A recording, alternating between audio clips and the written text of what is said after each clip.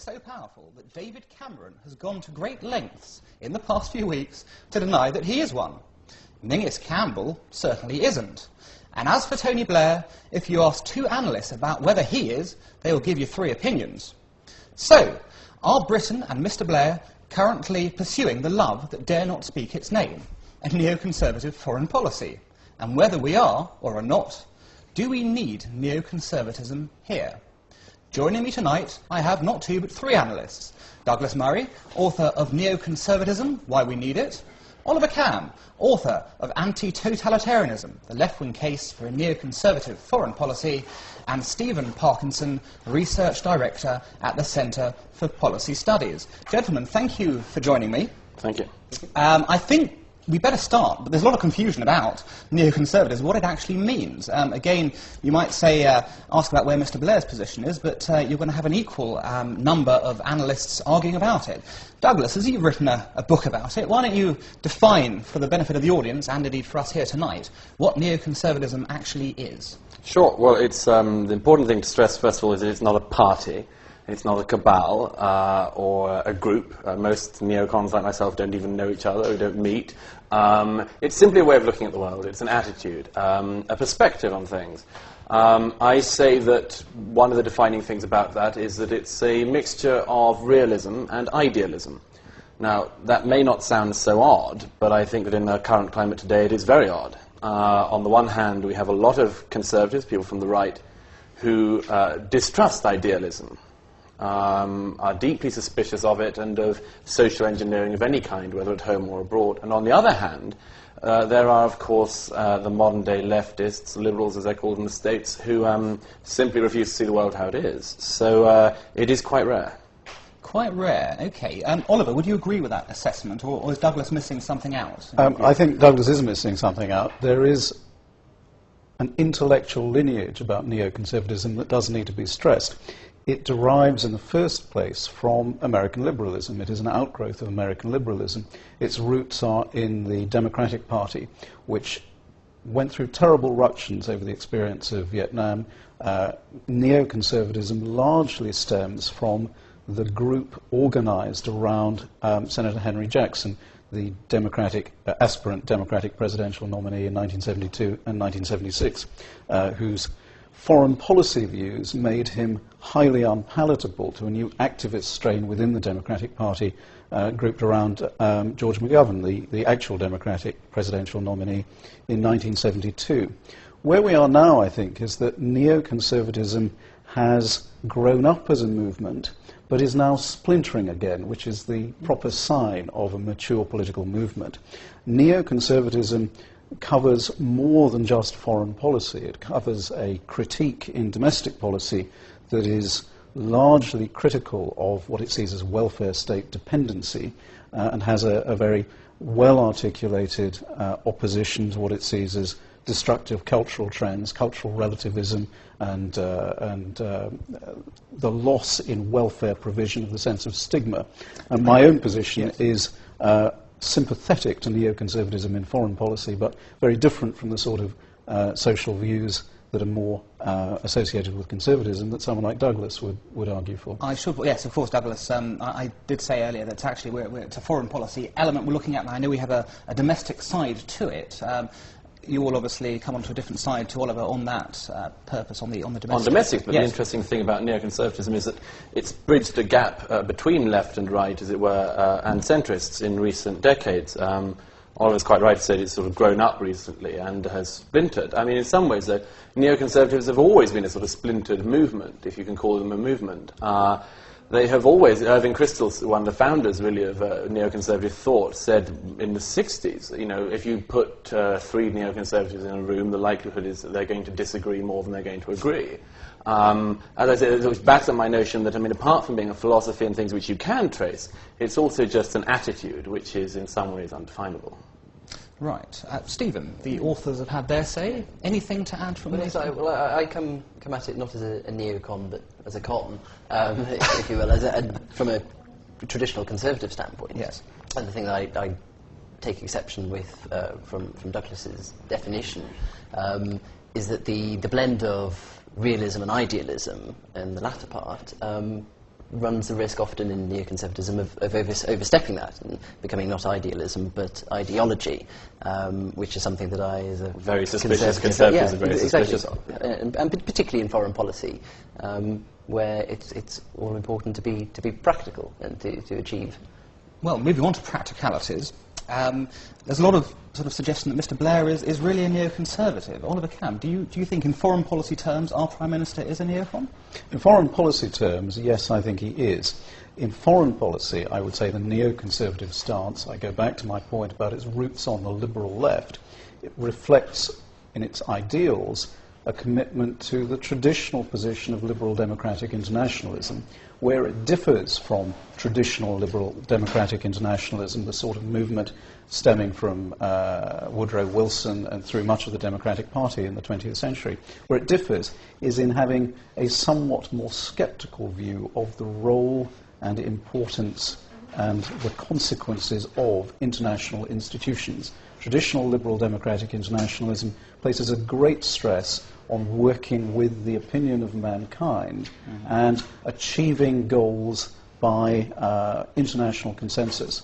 The position that Mr. Blair came to long before President Bush came to office was that there is a progressive imperative for humanitarian intervention where repressive states cannot reasonably be said to hold sovereignty, where they don't represent the captive peoples under their sway.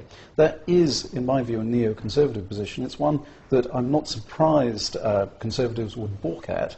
That's precisely my point. I think he expresses in that position a traditional commitment to the orthodoxy of British social democracy and liberalism. So he is a neocon in your in foreign policy, not in domestic policy. Yes, Douglas. The perfect neocon. The perfect neocon. Absolutely. What people call the Bush doctrine is nonsensical. It's not the Bush doctrine at all. It's the Blair doctrine. Always was. Mr. Bush was late on to this, really. You could argue that it took him till 9/11 to become, in any way, neocon. In 98, 99 and 2000, Bush, on the campaign trail in America, was arguing a very isolationist stance. It was Blair, really, in Kosovo, which was the most important action that set the trend, and afterwards Sierra Leone, that really showed the American administration the way. So, no, it's the Blair doctrine, and I think he should be very proud of that. I don't know if he is, but... I agree. I'm sorry to interrupt, but that's absolutely right. President Bush, in the 2000 presidential campaign, quite explicitly argued for a withdrawal of American commitments from overseas, particularly in the Balkans. It was that particular answer in the presidential debate with Al Gore that led me to be highly suspicious of him, and as an overseas liberal, to favour the election of President Gore. He learnt from experience, not from a cabal of advisors, but from experience, that while there was no, he certainly didn't stress this enough, while there was no connection between Saddam Hussein and the terrorists of 9/11, there was a connection between Saddam Hussein and the terrorism of 9/11. The autocratic, this slum of autocratic states in the Middle East that create the conditions whereby religious fanaticism can burgeon and be a direct threat to the Western democracies. Stephen, the consensus is emerging here between... I'm afraid you're going to join it? Well, I'm afraid I am on this. I think the distinction between the early Bush and the Bush that we've come to see as president is important to make. I'm not one of these people who sees Blair merely as George Bush's lapdog. I think it suits Blair. Slavish. I think it suits him very much that he's got an American president who shares his mission. It's very interesting that Tony Blair, who's somebody who famously doesn't do God in domestic politics, does have a very high moral purpose and sort of a sense of mission in foreign policy. Which is not the same thing at all. Well, not at all, but there is a quasi-religiosity, there's sort of a strong moral underpinning which is sort of guiding what he wants to do. And it's worth stating, of course, Mr. Blair got on just as well with President Clinton. Didn't really do God at all, did he? Yeah. Well, no, that's a misunderstanding. Mr. Clinton did God Possibly a lot. the only person I mean, you didn't remember when do Mr. Clinton came to came to his prayer breakfast and just doing a Monica Lewinsky scandal, with Bible under his hand, a very, very convenient positioning there, not for the first time. And but no, I mean Clinton and Blair got on very well. Bush and Blair got on very well. And Mr. Blair is very good at getting on with our allies, whether they're Democratic or Republican. Interesting. On the social side, I'm going to break the consensus, and obviously, I'm guessing you feel that Mr. Blair is not a neoconservative socially, or is he?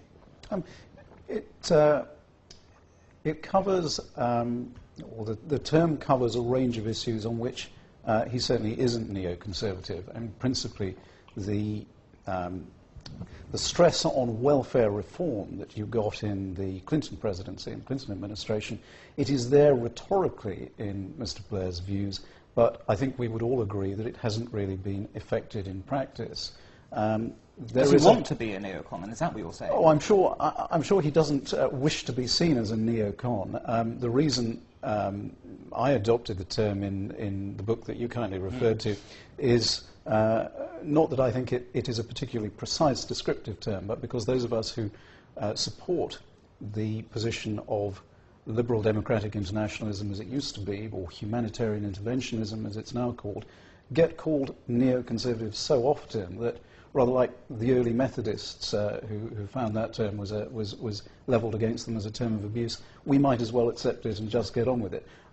I think that in his moral beliefs, and I do accept that there is a moral underpinning to what he says, it's to me the least attractive feature of New Labour. There is a moral authoritarianism that I find probably more to the neoconservatives' taste than to mine.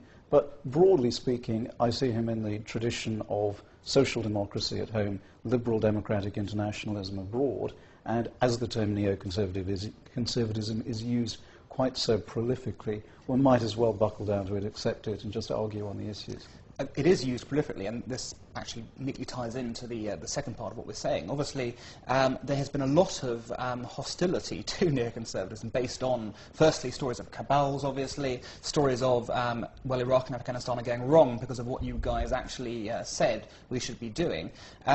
Is there a place for neoconservatism, Stephen Parkinson, in our foreign policy today, or has it led us down a blind alley? Well, as I say, my problem with neoconservatism is that it adds an ideological element to foreign policy which gets in the way of the ends that a lot of us might agree with. As a conservative, the world is a better place without Saddam Hussein. But whether Iraq is a better place is up for discussion, and whether the adventure that we've gone on in the Middle East has led us to a stronger position in foreign policy is highly debatable. By any estimation, the war in Iraq was a terrible disaster. We've lost 120... I don't think by any estimation, well, by some estimation. Yeah, but okay, but by the estimation of 120 UK troops dead and over 2,500 Americans, not to mention the tens of thousands of Iraqi civilians. Also, isn't that which more is one estimation. Is that tactical or strategic? I mean, surely on the strategic point of view, we were quite right to go in.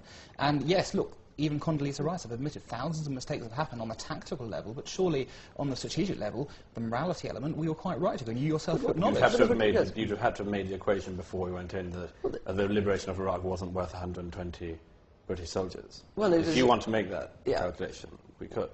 Well, certainly, but there are different means to achieve the ends of regime change, and there are means other than war. I'm not a peacenik. I'm not one of these people who says never war, but that it should be as a last resort. And I think the war that we've gone into... You have to agree that after 15 years it was a last resort. It was hardly a hurtle to war in 2003. Saddam Hussein had been given a fair amount of time. There was a very... I didn't see a rush.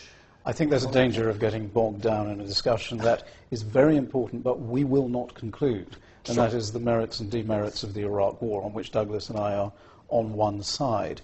What I think it tells us about the neoconservative debate is this.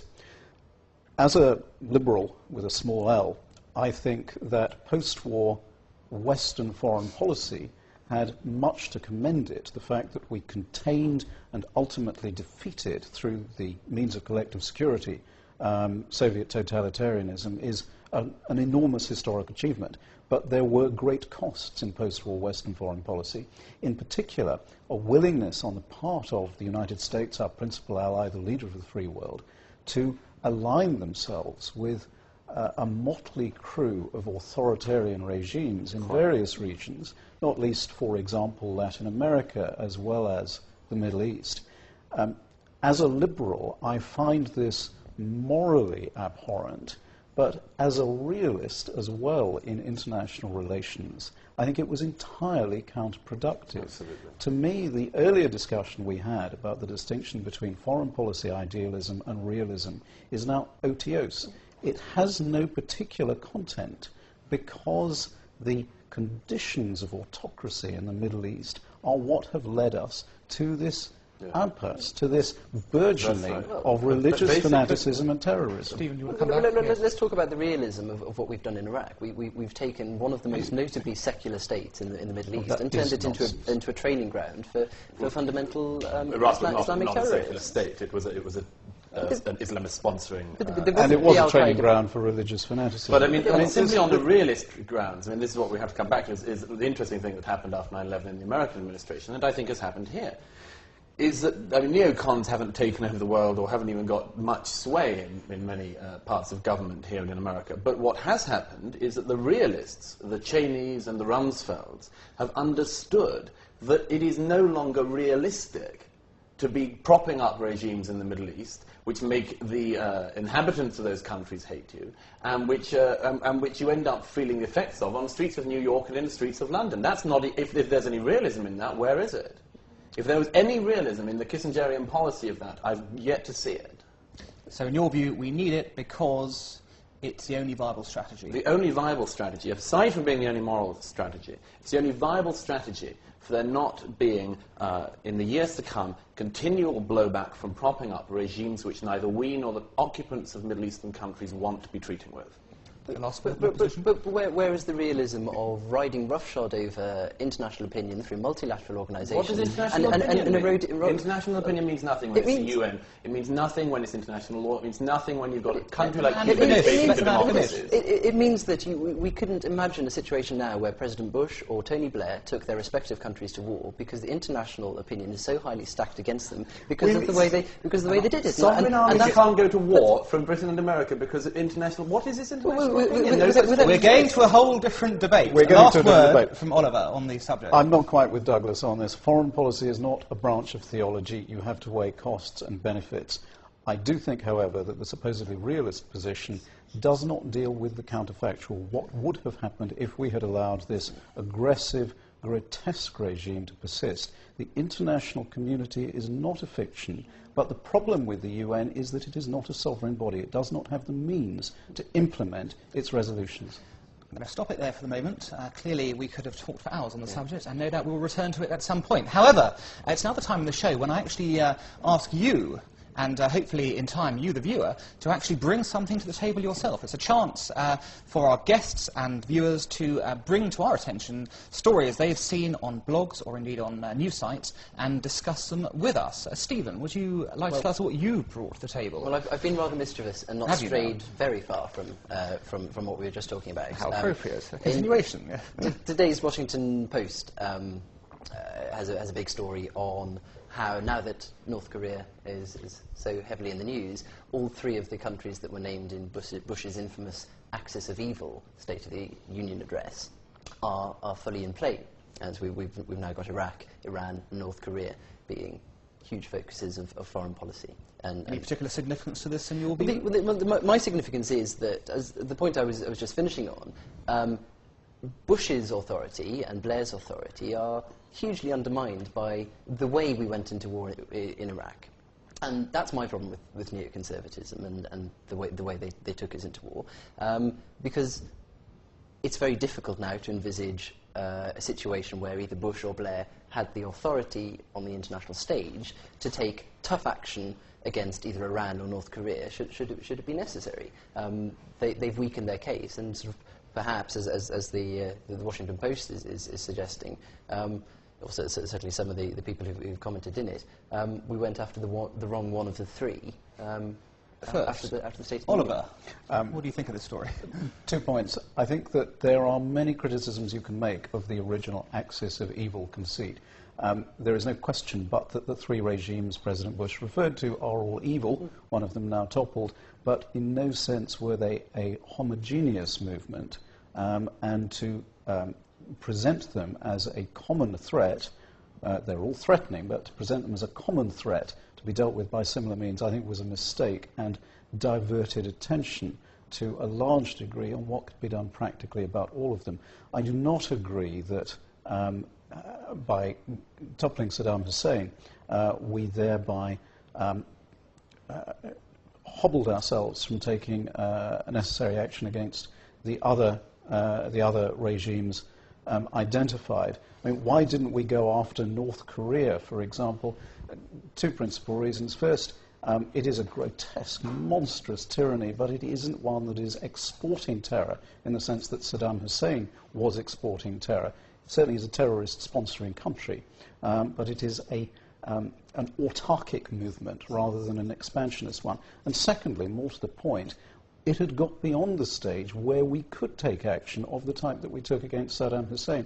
One of the reasons, I remain one of the few people who believes that one of the principal reasons that we ought to have toppled Saddam Hussein was WMD, not because he had them, but because he didn't, and wished to get them in a usable form. Had we waited for him to get that capability, and had we waited for him to use his dual production facilities to produce chemical and biological weapons, then we would have had a much more difficult job in dealing with a regional tyrant who was becoming an extremely difficult threat to deal with. Okay, Oliver, leading on, what have you got for us? The story I identified was in this week's issue of Der Spiegel. Der Spiegel is the German equivalent in content largely and certainly format of Newsweek or Time. It is a very fine magazine giving a German view of world affairs. It does have an English language version on its website. It reports this week on a disturbing story in German politics, which is the rise of the far right. It has a vignette of quite a poor, or rather very unequal area of Germany in the far northeastern corner, the Baltic holiday resorts, that will be familiar to readers of the Riddle of the Sands. In this ostensibly very affluent area, the far-right NPD in regional elections 3 weeks ago got 10% of the vote.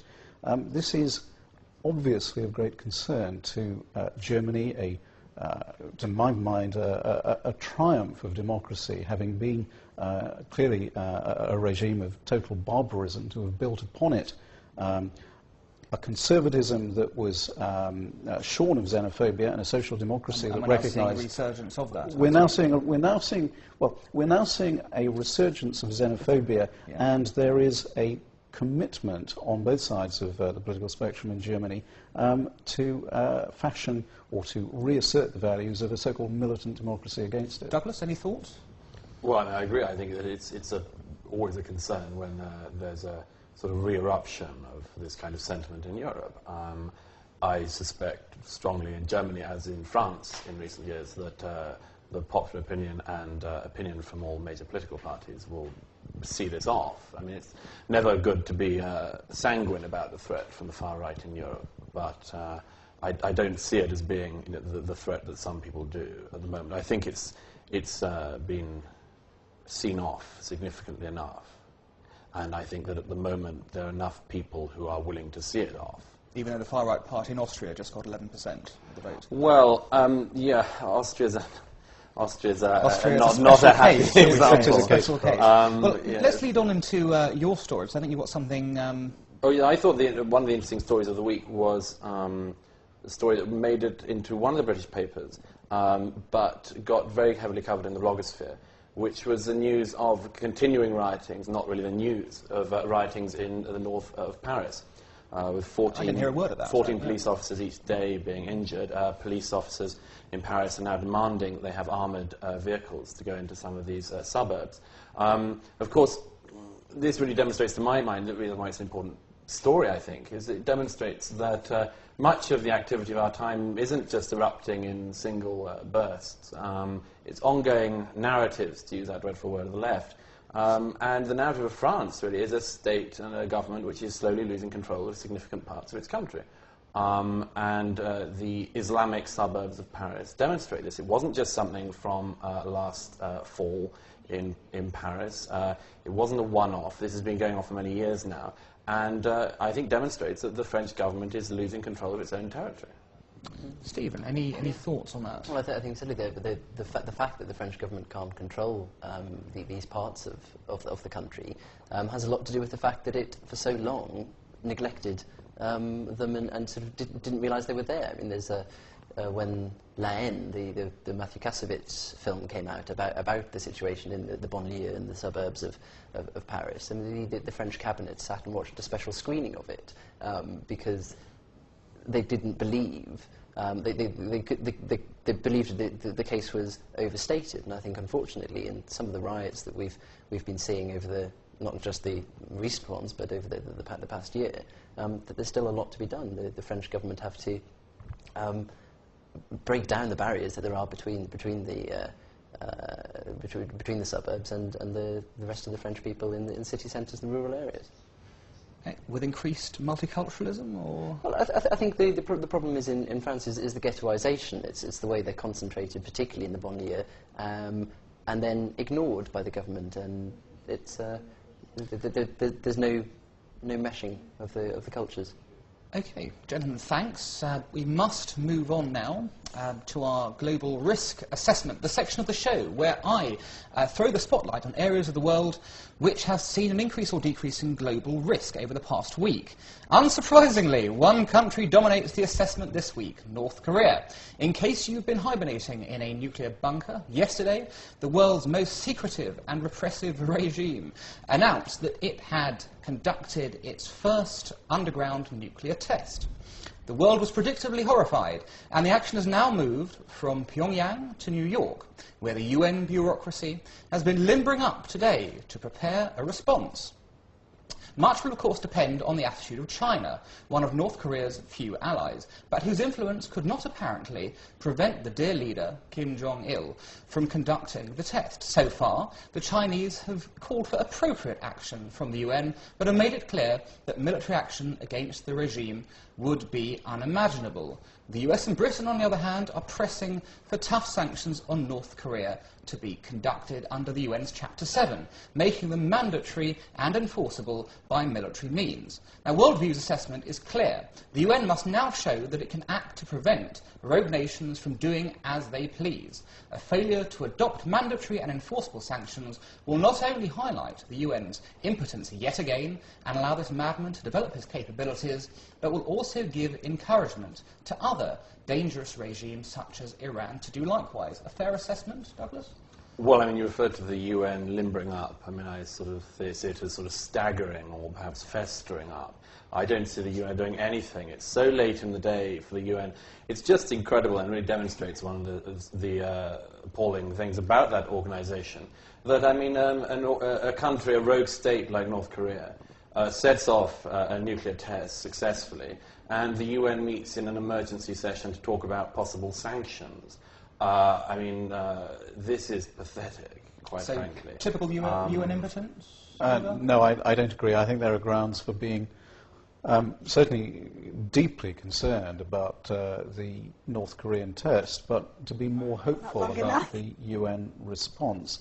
I would certainly share Douglas's view that the UN was hopeless in dealing with Iraq after the ceasefire agreement that concluded the first Gulf War.